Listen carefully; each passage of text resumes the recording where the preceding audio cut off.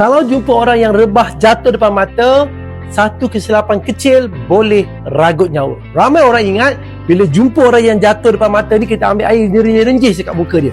Tapi sebenarnya tindakan pertama kita boleh tentukan orang itu hidup atau mati. Step pertama, check for response. Pergi dekat mangsa, tepuk bahu dan jerit kokak. Bang, dengar saya tak? Hello, are you okay? Kalau tak ada respon, terus ke step kedua, check dia bernafas atau tidak. Tengok dada dia bergerak untuk 10 saat. Ada pergerakan naik turun, itu namanya dia masih bernafas. Tapi kalau lihat tiada pergerakan, namanya dia tidak bernafas. Step ketiga, setiap minit adalah penting. Jika tiada respon, tiada nafas, jangan tunggu lagi.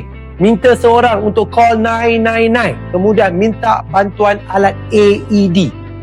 Anda bersedia untuk lakukan CPR. Setiap 1 minit lewat, peluang hidup turun 10%. So, jadi step keempat, CPR selamatkan nyawa. Berikan tekanan pada dada 100 ke 120 kali tekanan seminit. Anda mungkin satu-satunya orang yang berada di tempat kejadian yang boleh menyelamatkan nyawa. Akademi Dr. Aizul Amar, satu rumah, satu terlatih CPR.